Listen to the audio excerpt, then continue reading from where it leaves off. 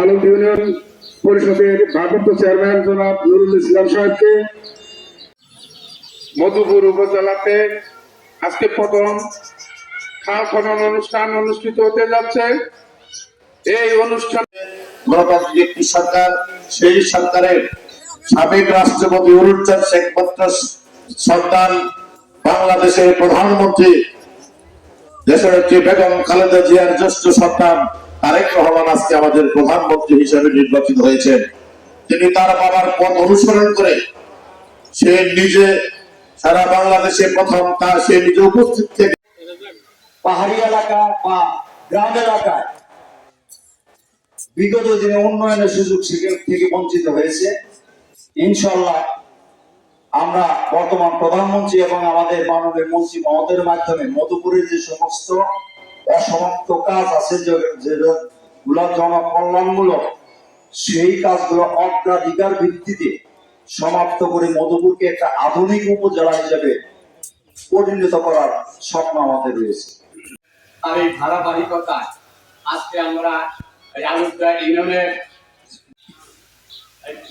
খাল শুভ উদ্বোধন উপলক্ষে আজকের এই আলোচনা সভায় সংগ্রামী সভাপতি এই খাল কর্মসূচি দেখবেন শুরু হবে, দেখবেন অনেকে ওখানে জমিতে চাষাবাদ করে আছেন, অনেকের ঘর হয়ে গেছে, তখনই একটা সমস্যার সৃষ্টি হয়। আপনার দয়া করে আপনার জমির কাগজপত্র রেকর্ড যাচাই করে দেখবেন, নকশায় যদি খাল থাকে অবশ্যই ওই জমিটা আপনার ছেড়ে দিতে হবে। এই উপজেলায় যে খালটা গ্রহণ করা হয়েছে, এই খালের আশেপাশে যাদের বাড়িঘর আছে, জমি আছে, আমাদের প্রত্যেককেই সহযোগিতা করছি। এটা দৈর্ঘ্য হচ্ছে 960 মিটার। আমরা এই খালের জন্য বরাদ্দ পেয়েছি 23 লক্ষ টাকা, না 23 লক্ষ টাকা।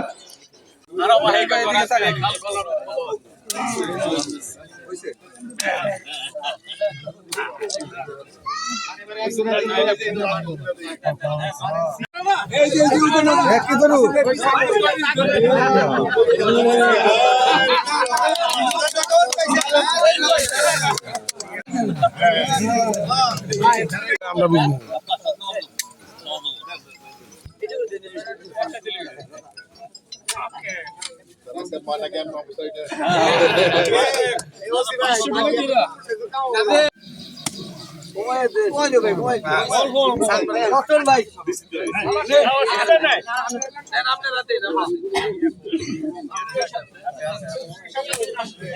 গ্রামের ছেলে, অসুবিধা